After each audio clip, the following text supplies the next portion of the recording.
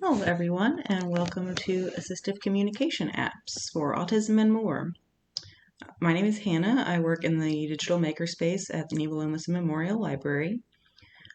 Especially while we're doing all virtual programs, I've been doing some programming about how to use different kinds of apps that can be helpful. So today we are doing one for Autism Acceptance Month. I am autistic myself and I use apps to help me, so I was really excited to do this program. Feel free to ask me any questions that come up. I do want to stress that the apps we're going to talk about can be helpful for a lot of people who aren't autistic as well, including people who have had strokes or working around a stutter, other speech struggles, have various aphasias, or even asthma attacks, and whether you have a diagnosed condition or not. So this is both for people who are considering an AAC themselves and for those who may want one for their child or another person. My basic philosophy with these is why make things harder when you could use a tool to make them easier? The reasoning doesn't always matter. And we will have further resources at the end. So I already used the term AAC, but what is an AAC? It's short for Augmentative and Alternative Communication. This actually refers to any kind of communication that isn't speaking aloud. That includes facial expressions, body language, written language, but you'll hear it most often in reference to physical aids for people with disabilities that facilitate dialogue, including cards with pictures on them, whiteboards, sign language, digital apps. Ideally, you or your AAC needing person will get assessed for this and get recommendations for exactly what kind of AAC is best for you, but that may not be possible for you for whatever reason.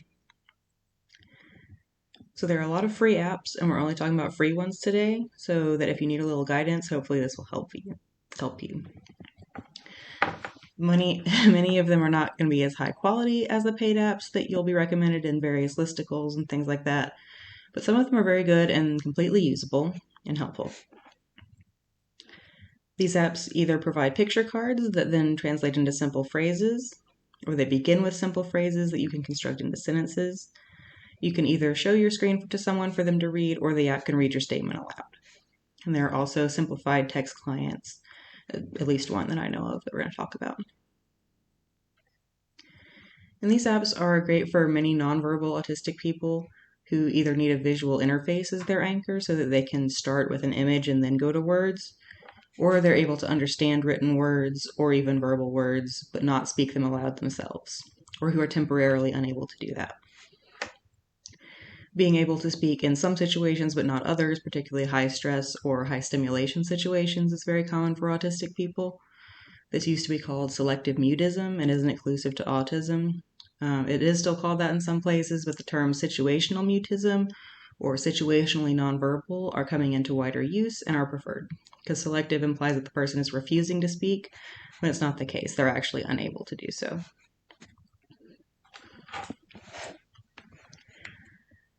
Some quick tips for conversation that apply to any app you're going to use. Be patient with yourself and others. It takes time to become fluent with an app, and it's going to be hard to express exactly what you want right away until you get used to the options that are available to you. While you're doing that, focus on what's missing. So if you're using an AAC, you may not be able to compose a whole sentence all the time, depending on the reason for your using it. So focus on drawing attention toward the thing that's missing, that the other person isn't seeing or understanding. The AAC is how you can bring that thing to their attention when it's something you can't point to, not something that they're seeing automatically. It's something that you want, could be something that you're feeling or something that happened in the past, anything that's not physically present. And use emotion buckets. So if you're having trouble identifying what that missing feeling is that they're not seeing, that can be a big part of a communication struggle. If you're autistic and have alexithymia, that's the struggle, or inability to identify your own emotions. That's what that is. So start with big buckets like good and bad, or happy and upset, yes or no, want or don't want. And you might be able to get closer to what you mean later on, or you might not, but establishing the bucket that you're in can help with the foundation of the communication. And if you're listening, remember that all communication is communication. It's not about teaching yourself or someone else how to speak verbally. It's about bridging the gap between two ways of thinking and communicating, verbal and nonverbal. So if someone has communicated something to you, then that is what they said to you. It's not an implication or something that you feel like you're inferring just because they didn't physically say it to you. However they've communicated it to you, it has been communicated. So wait for an AAC user. Even after someone becomes fluent using the app, it takes more time to compose a statement than if you were just saying it out loud, and the AAC user will probably still be self-conscious about whether or not they're communicating accurately. So don't talk over them. Don't assume their silence means they have nothing to say, and try to moderate conversation so that they move more slowly and or involve fewer people. If you notice someone is typing on their AAC, wait for them to finish. Use active listening. So repeat back what you think an AAC user is trying to tell you and ask if that's correct. Don't assume that you understand or that a word means a certain thing. And favor inherently nonverbal communication if you can, if it's appropriate. So email, text message, things that automatically give them that time and don't make them feel singled out for having to use an app. Consider how a person prefers to communicate and answer in the way that they initiated. And it's perfectly okay to ask how a person prefers to communicate instead of assuming that.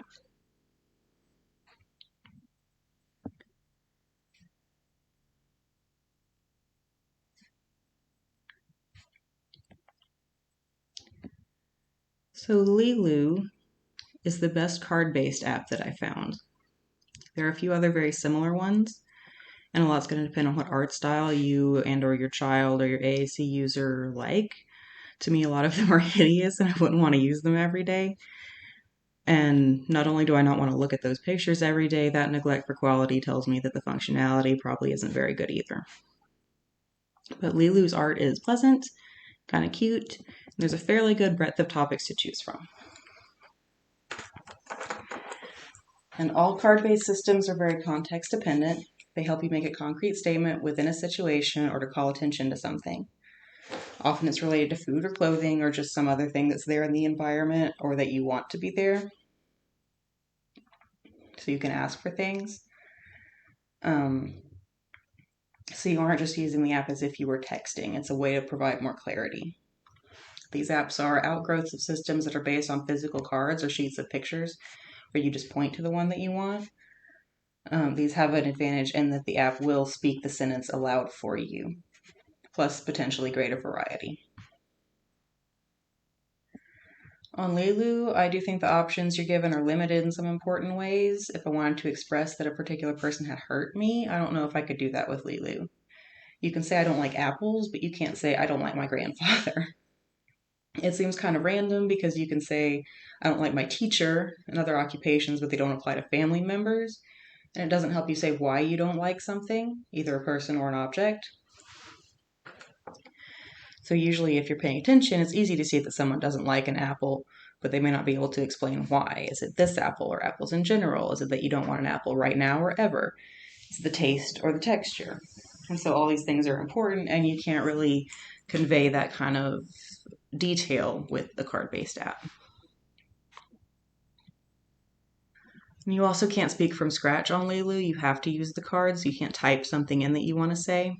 So it seems to have the most use for younger children and people who really want a visual image to go with the words. It loses some usefulness as you're trying to express more complex thoughts.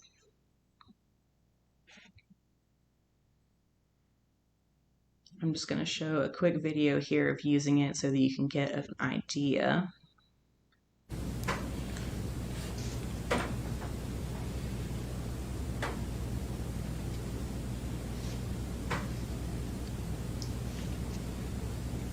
Hello, Hannah.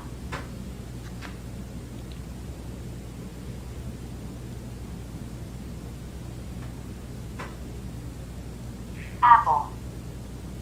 I like apple. I don't like apple. I want to eat an apple. Apple. Hungry. Are you hungry? I'm hungry.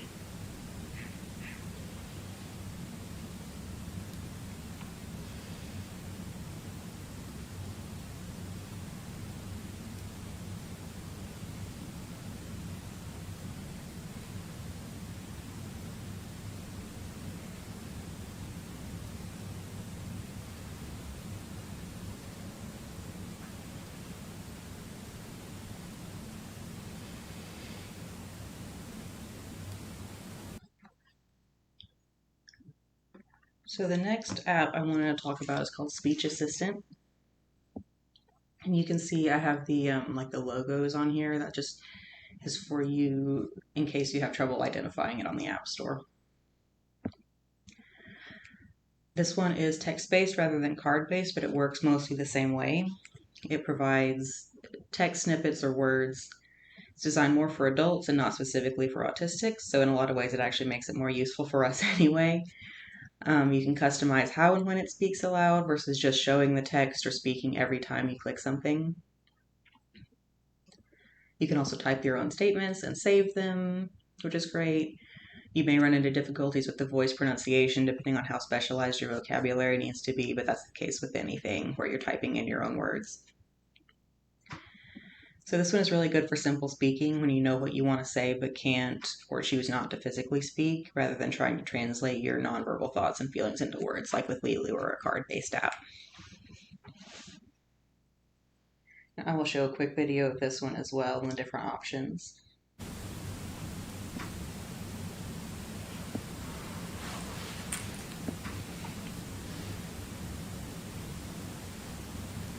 My phone number is.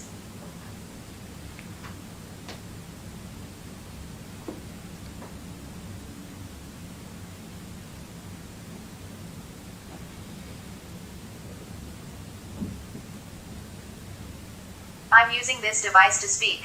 A moment, please.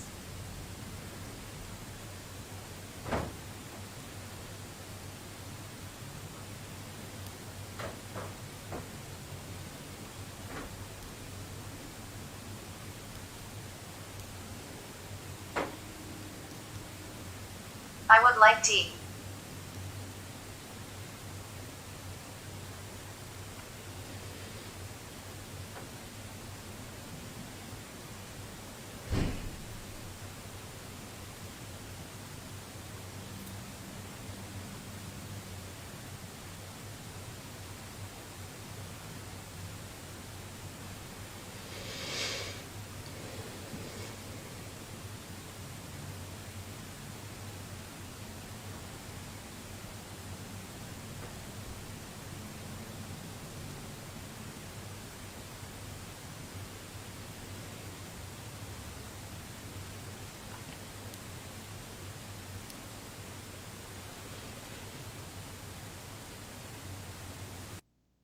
Spoken Tap to Talk is similar to Speech Assistant, but it's got a more pleasant interface, which again really matters if this is something you're going to be looking at all day, every day.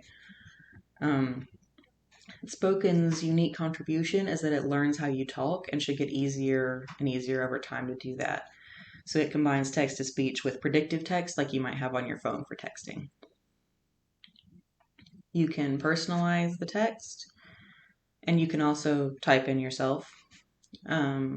It uses little visual icons next to a lot of words, so there's a little bit of visual cue, visual help there. And you can set it to decide if you want to speak each word or wait till you're done composing. The downside for me is that it doesn't have categories to start with, it's just words. But if you're fairly fast at texting anyway, this is even faster, and the advantages of the interface might make it worth a little extra time anyway, and the easy text-to-speech options. There is some sort of pre-programming customizability, but it mostly has to do with adding people's names, but that is nice. So I will show a video of this one as well.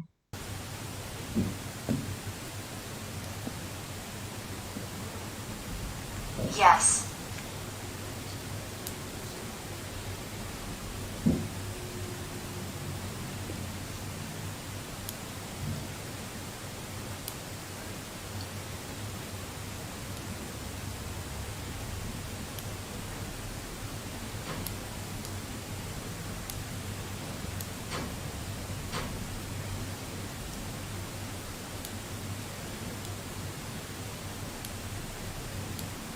This isn't what I want.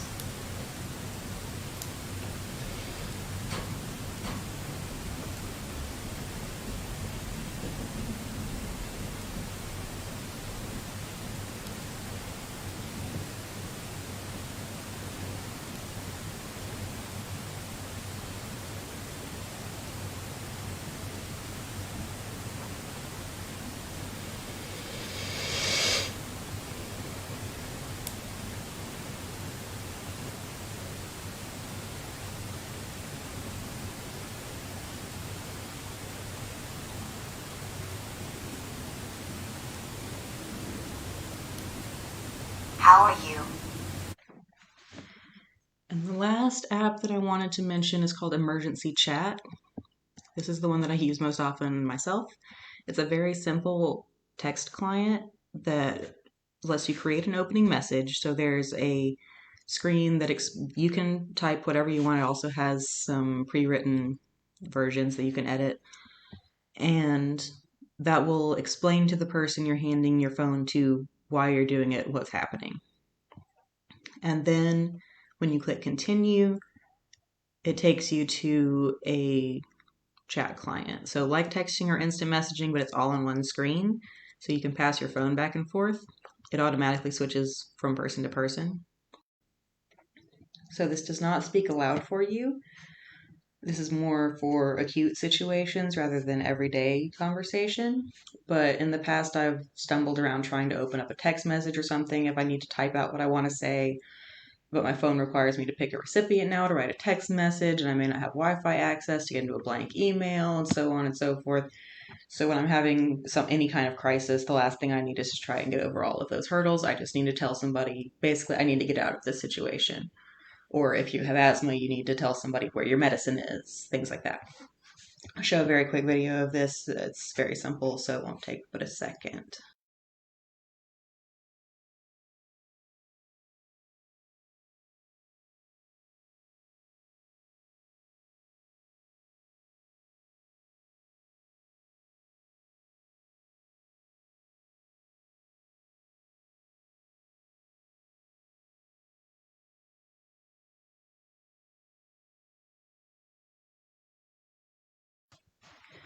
Here are some resources if you would like to know more about any of this. I'm not a doctor. I have not had the opportunity to go in depth into all these books. I'm not vouching for their medical content or appropriateness for your situation. This is just a very small sample of the kinds of things that you can get from the library. All of these that are listed here are available either through Cloud Library or at NEVA or through the Pines ordering system. There's some websites up here, practicalaac.org. It does have two A's in practical as well. A lot of it's focused toward kids because a lot of this information will be, but it does have information for adults. The second link here has a lot of further resources listed at the bottom that are very good. AutisticAdvocacy.org is the website of the Autistic Self-Advocacy Network, and they have a lot of resources as well. In various books, we have, again, a lot more depending on what you feel like you need, but here are some that are very relevant, especially this one on the bottom, The Reason I Jumped. This was just turned into a movie, but this was written by a nonverbal child. And you can also find nonverbal autism advocates online, on Twitter, which is in some ways another kind of AAC that's more public, but you can find blogs, you can find a lot of different places where nonverbal autistic people are communicating their experience. So I highly recommend checking some of that out if that's something that affects you. You may also, I don't have any on here, but you may be interested in books about baby sign language. We teach a little bit of that in every baby story time every week, and we have plenty of resources about that. There are other beginner sign language resources as well, but starting with baby sign language may be easier if you are totally nonverbal or if you have motor control issues, since it's more designed for babies that are just learning how to control their, fingers and hands. But we have resources for all skill levels if sign language is something you're interested in. And I believe we also have some programs for sign language, at least when we are doing in-person programming. So that is all I had for you. Again, feel free to ask questions in the comments. We will be checking those. And let us know if there is anything else we can do to help you out. I will leave this up for a little bit in case you want to copy out any of these titles or links, and this video will stay available on our Facebook page. Hope you have a great day.